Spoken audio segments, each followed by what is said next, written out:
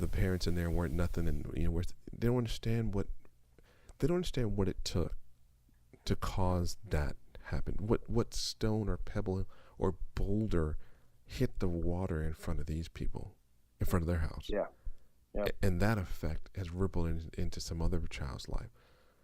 I'm just so passionate about it because I've had my own boulder that's hit the waters in our house and rocked us. So I need people to really understand that there's organizations like yours, they're needed. People like the Red Cross, they're needed. The Blood Bank, they're needed. Susan G. Komen, they're needed. But we need to make sure people understand that synonymous with those type of levels is Ripple Effect 22. Yeah. They're just as needed, if not more so, than those organizations. So we're trying to basically get them before they make those mistakes, that they have to go to those other programs. Yeah. And that's like our biggest thing. And if we can do that with one kid, that's what it really comes down to for us. If we can redirect the life of one child, it'd be worth it. Yeah. And that's our biggest thing. That's the thing. And again, you're listening to the Raising Men Show. I'm your host, Craig Carlisle, and we're in our final segment, the Art of Living. And I didn't even tell Stefan I had already pressed record. We're already in. Oops.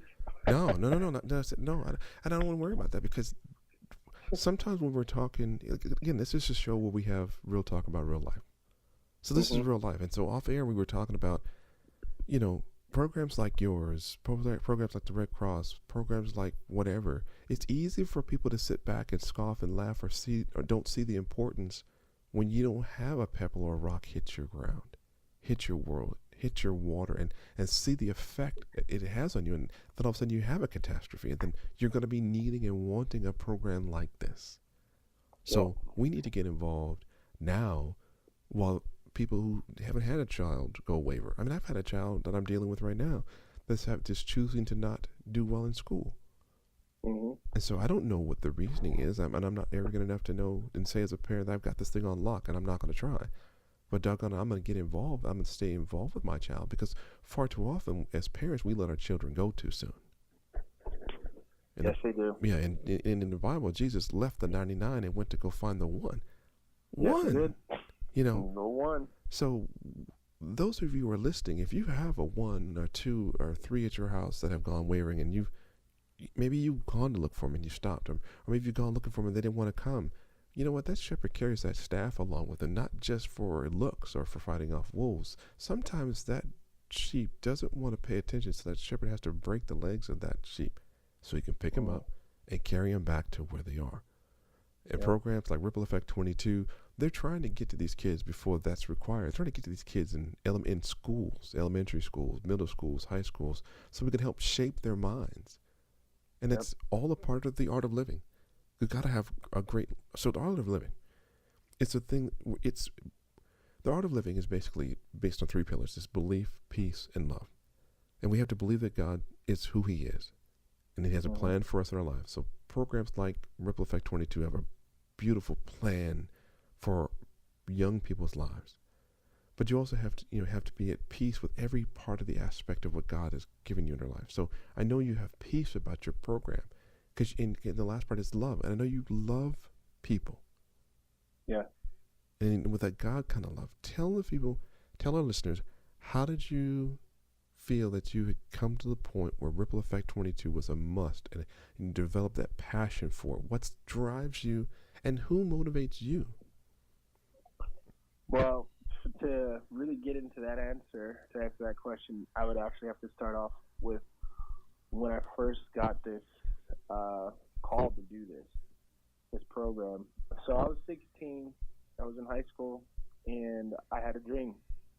And it was definitely a God-given dream for sure. That I woke up, I had the name of the program, I had basically the curriculum of the program when I woke up. I was like, oh wow, this would be really cool. So even though this program is now a year old, I had been speaking it really by faith into existence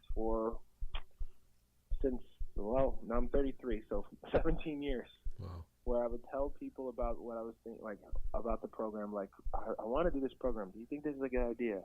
How can I do this? What would it look like this? In my mind, the program was going to be financed through me playing baseball. And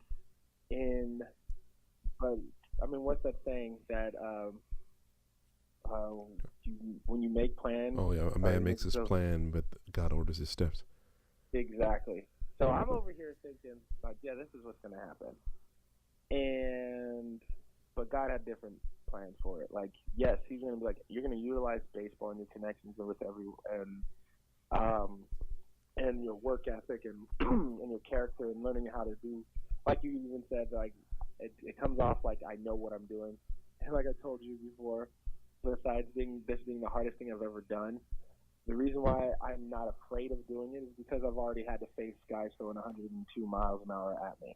Yeah. Like I've done things that are very hard, sometimes scary, but been able to, with the grace of God, be able to be somewhat successful. Sure. And so when I started this, I was like, you know what? I have to do this. And here's the even crazier part: how the timing of God was.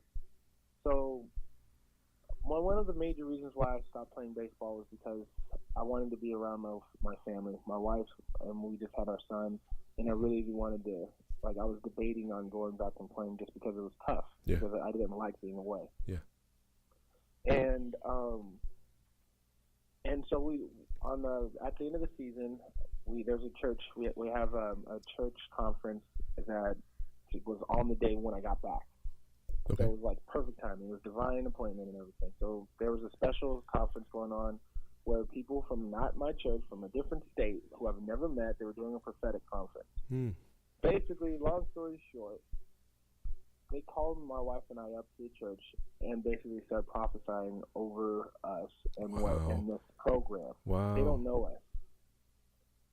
And once again, I wanted to put to everyone out there, I had not made a decision on what I was going to do.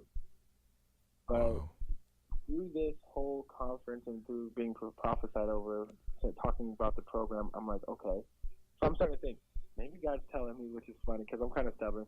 I'm like, maybe God's telling me I'm supposed to be doing the program now. I'm supposed to leave baseball. So, I mean, for everyone else, it's pretty obvious. But for me, I'm like, maybe. I don't know. Because it's baseball. I mean, I love the sport. So it's tough for me to. It's almost basically part of my identity. Sure. Was that I was a baseball player, to be honest with you. Sure.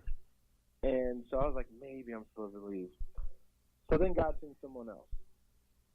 2 weeks later, I am speaking at our men's conference, and once again, a guy who I don't know, never met, haven't talked to since, comes up to me after I speak, and he just says, he goes, man, what you said was great. He goes, hey, when are you going to start that program? And I didn't talk about the program. That was the part that was crazy. I spoke about accountability and why we need fellowship with men in the church and why we should stick together because that will help us. I did not mention what God had called me to when I was 16. I didn't talk to him about the program at all. He was not even at the prophetic conference 2 weeks before. So he just comes up to me out of the blue and says, when are you going to start that program? And I said, wait, what? And then he walks away. So then I go, like, God, what's funny? Because nonchalant, that got my attention as opposed to the big, grand prophetic thing in front of all the church members. Yeah. You know, because I'm like, maybe these people have, I don't know, maybe they look things up. I don't know, you know. But this guy just walks up to me and just says, hey, when are you going to start this? So I basically track him down. I'm like, hey, what are you talking about? He goes, well, while you're speaking, I saw you running a program, and you're talking to your board members and to some kids. Wow. And he goes, I don't know what it is. He goes, all I know is it's going to be really cool. So when are you going to start this? And again, and it was like a challenge. It wasn't even like, hey, I'm just asking. He was like, so when are you going to start this? As in, like, when you need to do this. And since then, I've been working full time on Ripple Effect 22. Okay, so let's make sure that listeners are understanding. Those are people that didn't know you from a can of paint. Yes. Speaking into your life about a program that was actually birthed inside of you at the age of 16. So 17 years later, you're at a crossroads where baseball had become who you thought you were, became your identity. Some could say idol in your life, right? And the Lord wanted you to choose. People have said that. Him or the sport. Is that a fair assessment? That is a very fair assessment.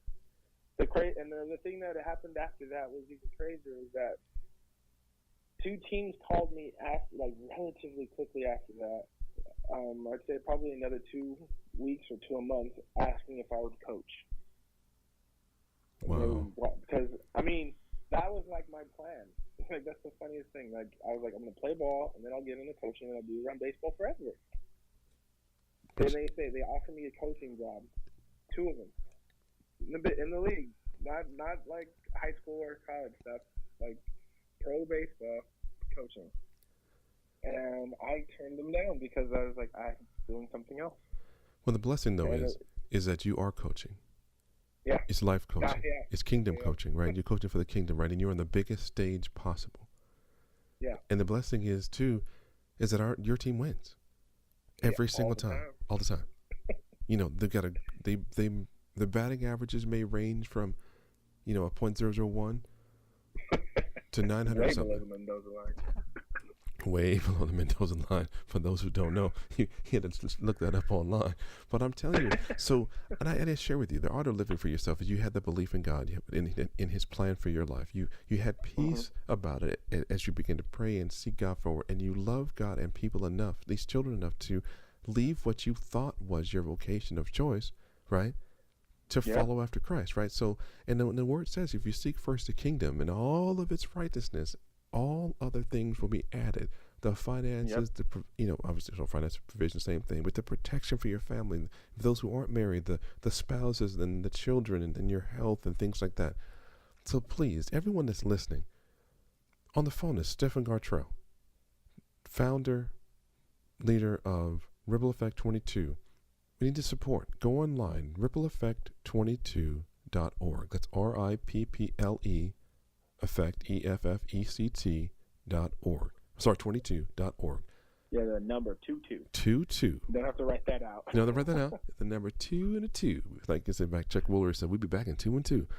But, it's been great having you on the show with me, but I got to get people to understand. Support him. This is a great man of God. He's a great person. I've not known this brother very long, but I feel like I've known you a long time. And I want our listeners. You, Craig. I just want to say that too. Like, we have great conversation. Yeah. Likewise. And it's a divine appointment, like you already mentioned. There's some people that that you're going to meet for a season, and there's some people you're going to know for a lifetime. And I'm looking for either one of those to come and working with you. Preferably it's for a lifetime, but even if it's just for the season, you've played with guys that you said were great teammates for that season. So for whatever it is, however long our season is, let's work together. Let's work hard. Let's really kill it for God in this season. Amen. All right, everyone. We appreciate you for being part of the Raise the Men show. And again, have a great day and be blessed.